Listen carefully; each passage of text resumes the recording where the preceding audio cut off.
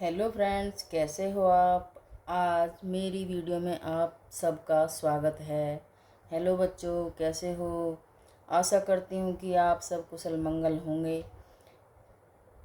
मैं आप सबके लिए हिंदी की वीडियो लेकर आई हूँ। जो सब महत्वपूर्ण टॉपिक हैं उनको मैं आपके सामने लेकर आई हूँ।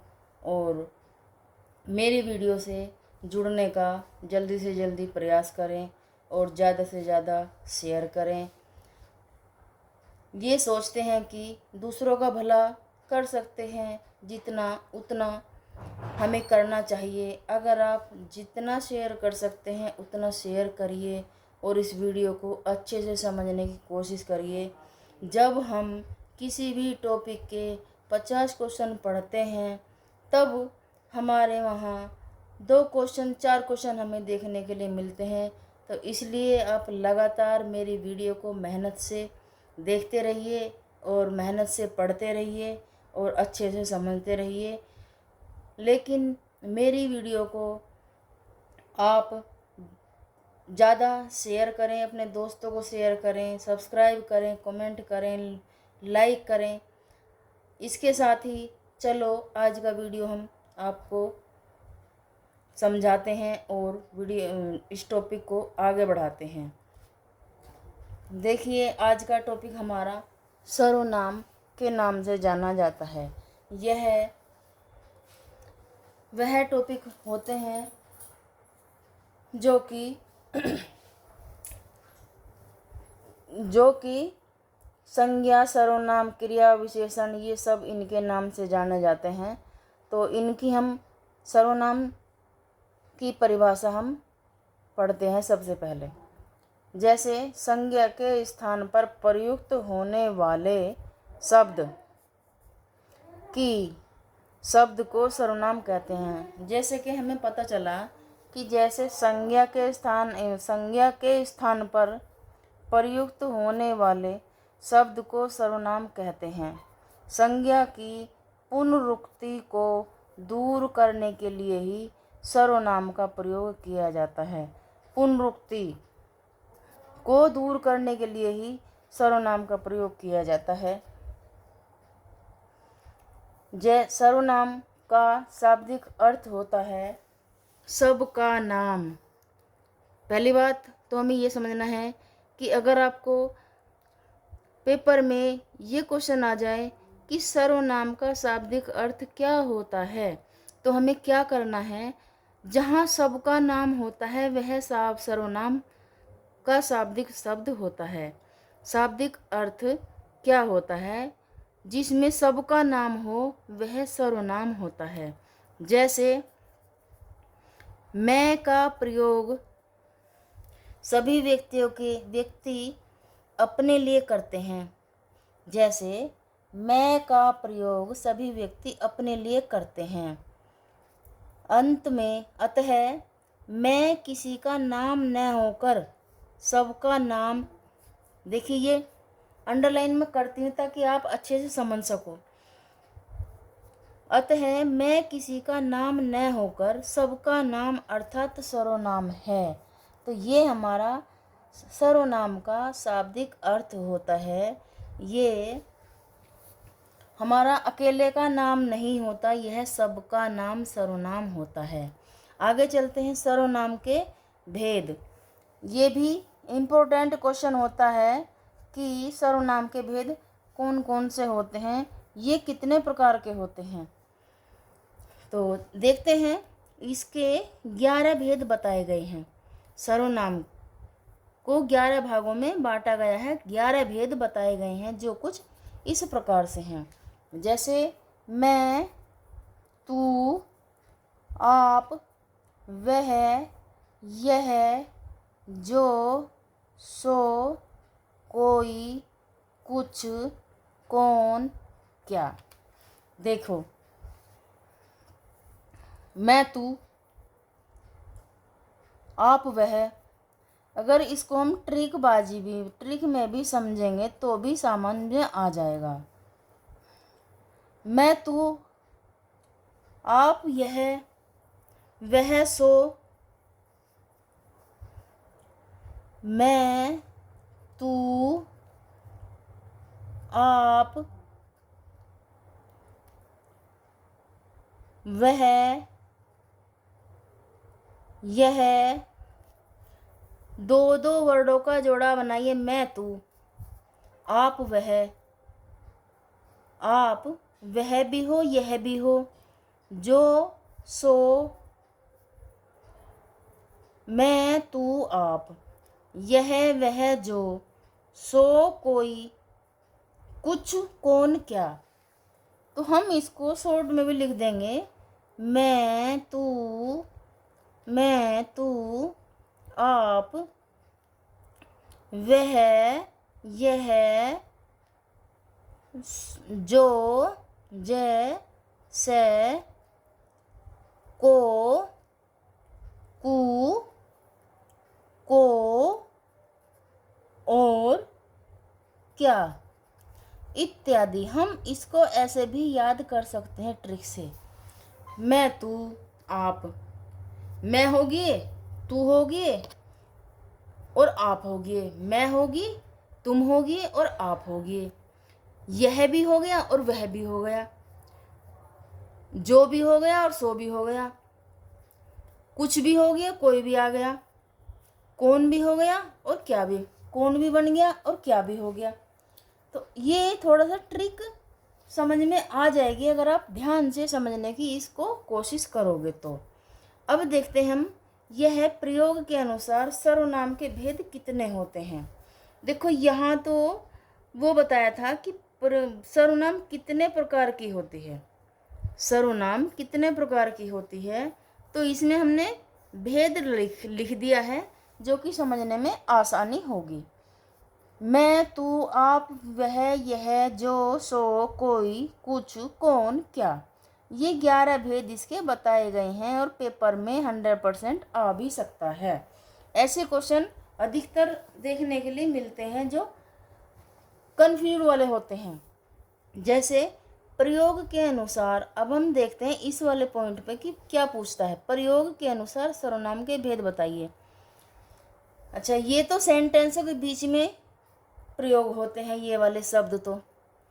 अच्छा जी, अब देखते हैं हम कि इस प्रयोग, जहाँ प्रयोग होते हैं उनके प्रयोग कहाँ कहाँ होते हैं, कौन कौन से वाचक में होते हैं और इनके भेद क्या हैं, इन भेद के अंतर क्या क्या विशेषताएं बताई गई हैं। तो ये हमारे 6 प्रकार के भेद के अंतर्गत सर्वनाम आते हैं। पहला नंबर हो जाएगा हमारा पुरुषवाचक, दूसरा नंबर हमारा हो जाएगा निश्चयवाचक। पुरुषवाचक सर्वनाम को हम 3 भागों में बांटते हैं, इसके 3 भाग होते हैं। पुरुषवाचक सर्वनाम के 3 रूप होते हैं, उत्तम पुरुष, मध्यम पुरुष और अन्य पुरुष।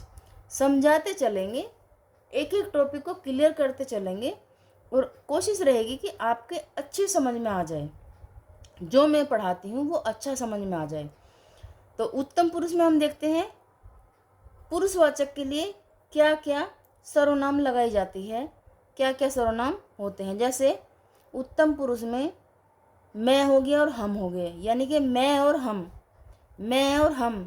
एक तो मैं और एक आप सब, तो जहाँ आप सब हो जाओगे वहाँ हम हो जाएगा हम, यानी कि जितने भी घर में परिवार में कैंडिडेट हैं तो वो जब हम कहीं चलते हैं तो हम कहते हैं, हम पूछते हैं कि वहाँ कौन कौन जा रहे हैं, तो फिर ये बोलते हैं कि हम सब जा रहे हैं, तो मैं हो गए और हम सब।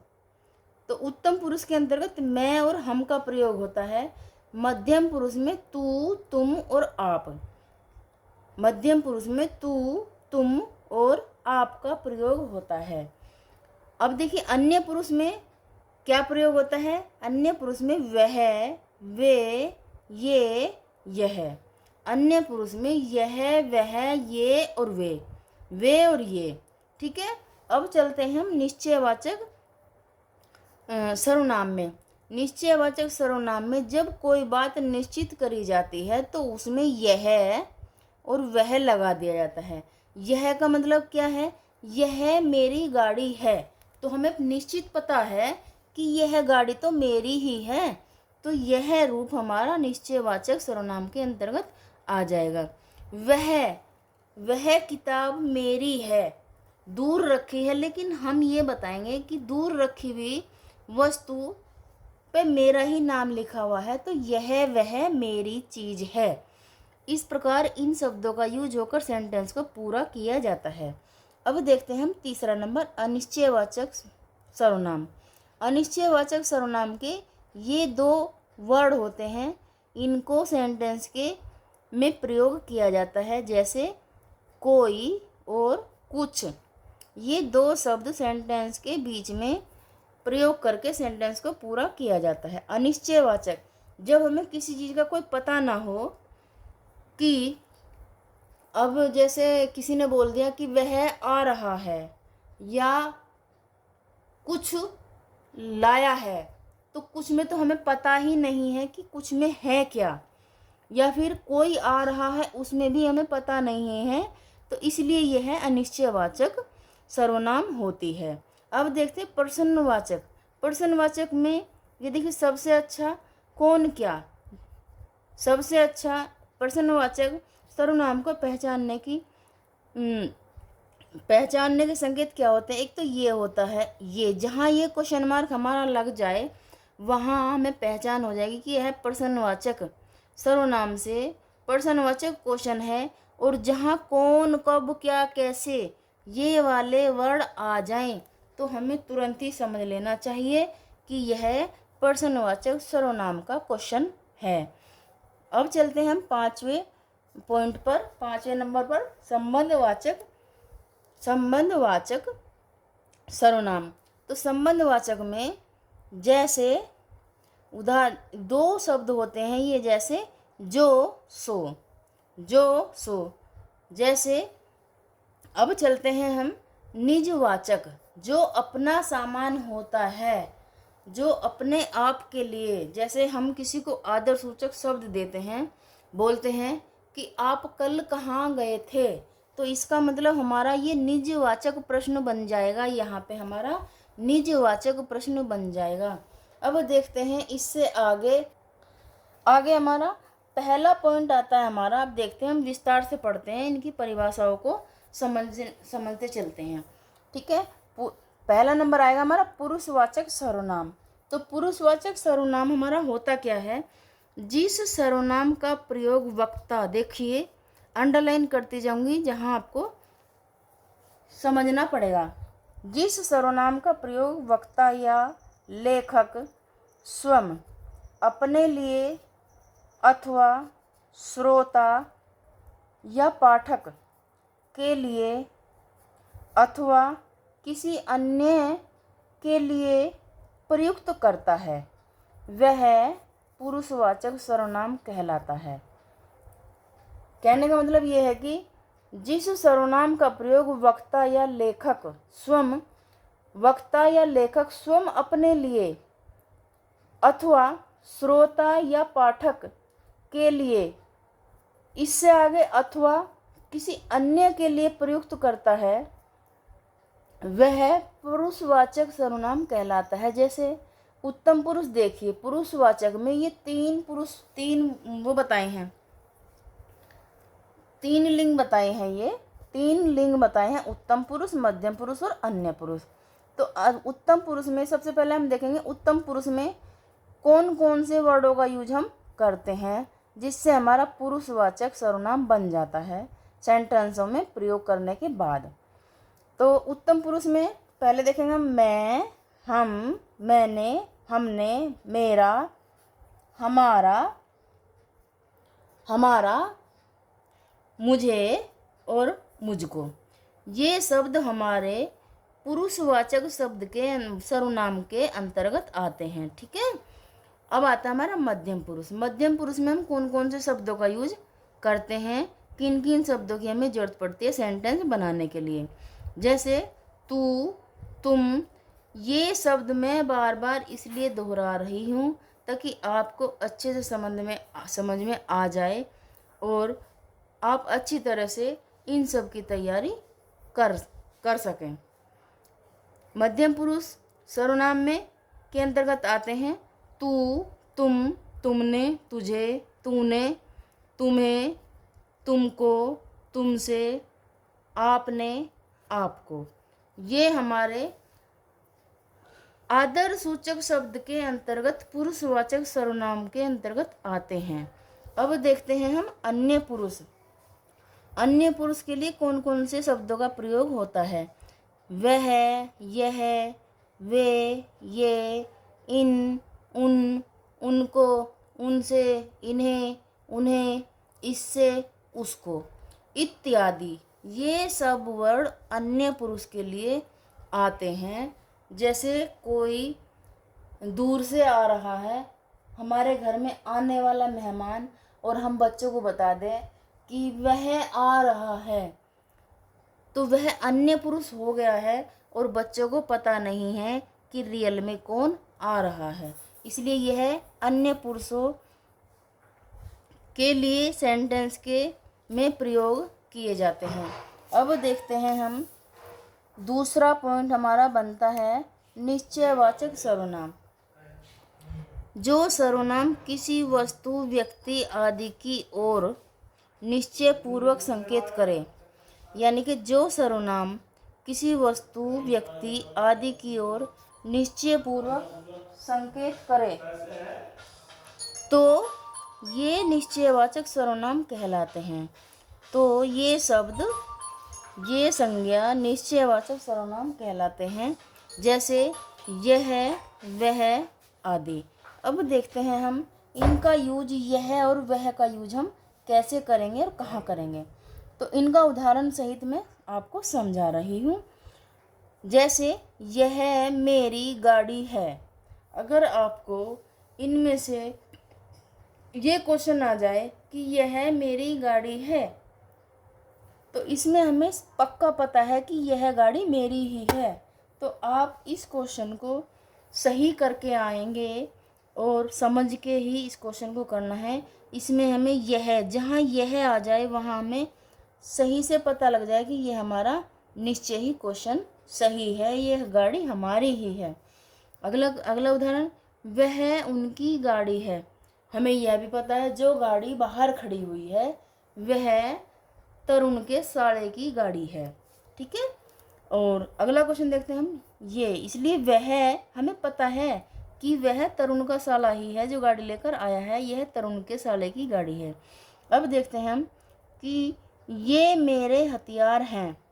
जब हमें पता है कि जो हथियार मेरी गाड़ी में रखे हुए हैं ये मेरे हैं, ये सारे मेरे हैं।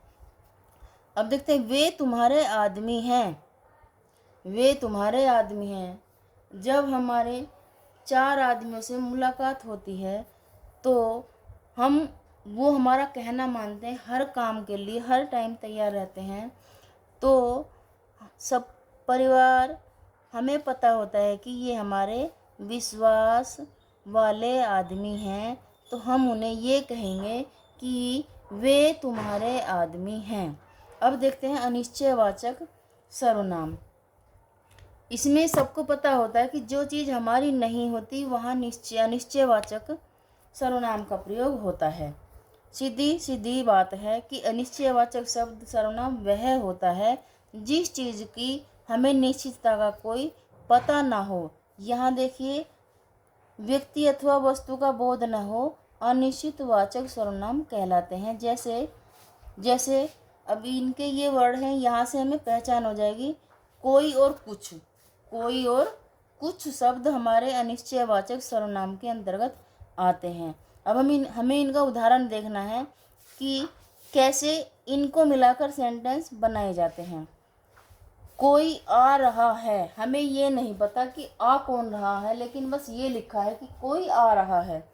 अब आगे देखते हैं दूसरा सेंटेंस। तो इसमें कोई हमारा क्या हुआ, कोई हमारा अनिश्चितवाचक शब्द है। आगे देखते हैं, कोई जा रहा है। अब हमें ये नहीं पता, हम पीछे से देख रहे हैं कि कौन जा रहा है, कोई जा रहा है। तो जब तक हम उसकी शक्ल नहीं देखेंगे कौन जा रहा है, तब तक हम पक्का पता ये नहीं बता सकते कि वह रमन जा रहा है, हम तो यही कहेंगे कि कोई जा रहा है। अच्छा, तीसरा उदाहरण देखते हैं हम, उसने कुछ नहीं किया। ये भी हमें नहीं पता कि कौन किसको क्या कह रहा है, हमें तो ये पता है कि उसने सेंटेंस को पूरा करने के लिए हमें उसने शब्द का यूज किया है, तो उसने कुछ नहीं किया, उसने कुछ नहीं किया। अब देखते हैं हम चौथा उदाहरण, उसने कुछ नहीं किया। उसने यहाँ तो कुछ नहीं किया, यहाँ हमारा हो गया कुछ नहीं लिया। उसने हमारा कुछ नहीं लिया, यानी कि उसे एक किताब की ज़रूरत थी, परंतु वह घर तक नहीं आया और उसने हमसे कुछ नहीं लिया, वह बुक हमसे नहीं ली उसने। आगे चलते हैं, इसका अगला भेद देखते हैं, संबंधवाचक सर्वनाम। जिस सर्वनाम से वाक्य में किसी दूसरे सर्वनाम से संबंध स्थापित किया जाए, यानी कि जिस सर्वनाम से वाक्य में किसी दूसरे सर्वनाम से संबंध स्थापित किया जाए उसे संबंधवाचक सर्वनाम कहते हैं।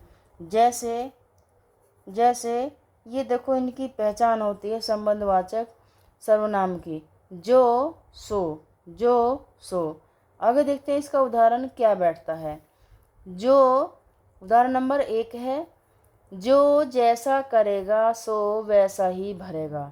ठीक है, जो जैसा करेगा, एक सेंटेंस को दूसरे सेंटेंस से जोड़ने के लिए हमें जो जैसा करेगा सो वैसा ही भरेगा, तो ये सेंटेंस हमारा संबंधवाचक सेंटेंस बन जाएगा। अगला सेंटेंस देखते हैं, जो आया है सो जाएगा। इस सेंटेंस को इसके साथ जोड़कर हमने संबंधवाचक सर्वनाम का सेंटेंस कंप्लीट किया है। जो आया है सो जाएगा जरूर। ठीक है, यहाँ तक मैं आशा करती हूँ कि यहाँ तक आपको बहुत अच्छे से समझ में आया होगा और आगे भी आएगा। थोड़ा ध्यान से देखने की ज़रूरत होती है, मैं भी आपके लिए ही मेहनत करती हूँ।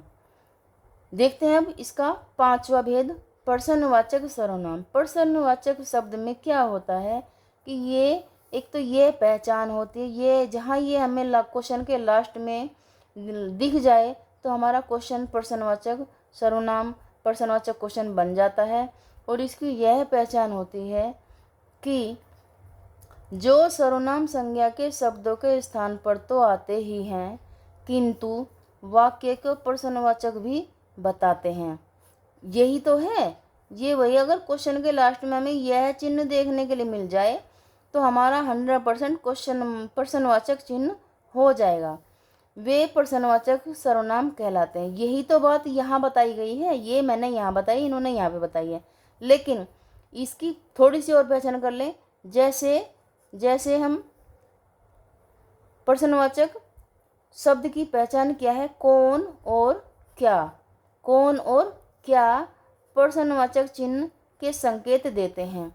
उदाहरण देखेंगे हम, पहला उदाहरण हमारा बैठता है, कौन आता है, तो इसमें हमारा प्रश्नवाचक सेंटेंस है, तो कौन सा शब्द हमारा प्रश्नवाचक बनता है, तो ये वाला शब्द हमारा प्रश्नवाचक बन जाएगा।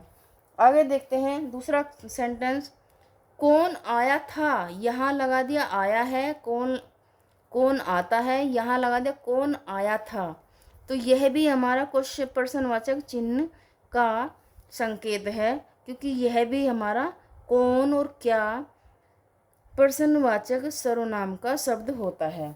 तीसरा उदाहरण देखते हैं, वह क्या कर रहा है, तो इसमें ये जो हमारा प्रश्नवाचक सर्वनाम शब्द है ये हमारा बीच में आ गया है, क्योंकि है ये भी प्रश्नवाचक सर्वनाम ही का ही क्वेश्चन, लेकिन वह क्या कर रहा है यह भी प्रश्नवाचक सर्वनाम का ही सेंटेंस है। अगला देखते हैं, वह क्या कर रहा था, इसमें भी वही बात पूछी है कि उसमें कर रहा है, इसमें कर रहा था, 2 दिन पहले क्या कर रहा था या कल क्या कर रहा था। तो इसमें क्या क्या वर्ड जो है ये हमारा प्रश्नवाचक सर्वनाम का शब्द होता है। अब देखते हैं, जैसे कि नोट्स में कुछ ऐसा लिखा है मैंने, कौन। अब हम इसको कंफ्यूज हो जाएंगे, कौन कब क्या कहाँ कैसे प्रयोग करेंगे। तो ये नोट्स मैंने यहाँ लिखा है आपके लिए, और इससे भी आपको बहुत अच्छे से समझ में आ जाएगा। कौन या क्या का प्रयोग हम कब और कहाँ कैसे करेंगे। कौन या क्या का प्रयोग कब और कैसे कहाँ करें। जैसे कौन का प्रयोग जीवित, कौन का प्रयोग जीवित जीवों के लिए, चेतन माने जीवित। और क्या क्या प्रयोग जड़ पदार्थों के लिए होता है। देखो कितनी बढ़िया बात बताई है आपको कि जो जीवित जीव होते हैं उनका प्रयोग करने के लिए कौन का प्रयोग होता है, और क्या का प्रयोग करने के लिए हमें जड़ पदार्थों के लिए के सेंटेंस में प्रयोग करना होता है। अब देखते हैं छठा भेद हमारा सर्वनाम का निजवाचक होता है। तो निजवाचक हमारा क्या होता है, जहाँ हमारा आदर सूचक शब्द होता है आप शब्द, आप शब्द, अपना शब्द अथवा अपने आप शब्द का प्रयोग करते हैं, वह निजवाचक शब्द सर्वनाम कहलाता है। जैसे कि एक बार और बता दूं, जहाँ अपने लिए आप शब्द, अपना शब्द, अपना शब्द अथवा अपने आप के लिए आप शब्द का प्रयोग करते हो, वह निजवाचक सर्वनाम कहलाता है। जैसे आप, निजवाचक शब्द की पहचान ये है कि जहाँ आप शब्द आ जाए वहाँ समझ लेना कि वह निजवाचक सर्वनाम का क्वेश्चन होगा। जैसे यह, अपने, आप, ये कुछ वर्ड निजवाचक सर्वनाम से लिए गए हैं जो आपको सेंटेंस पहचानने में आपकी मदद करेंगे।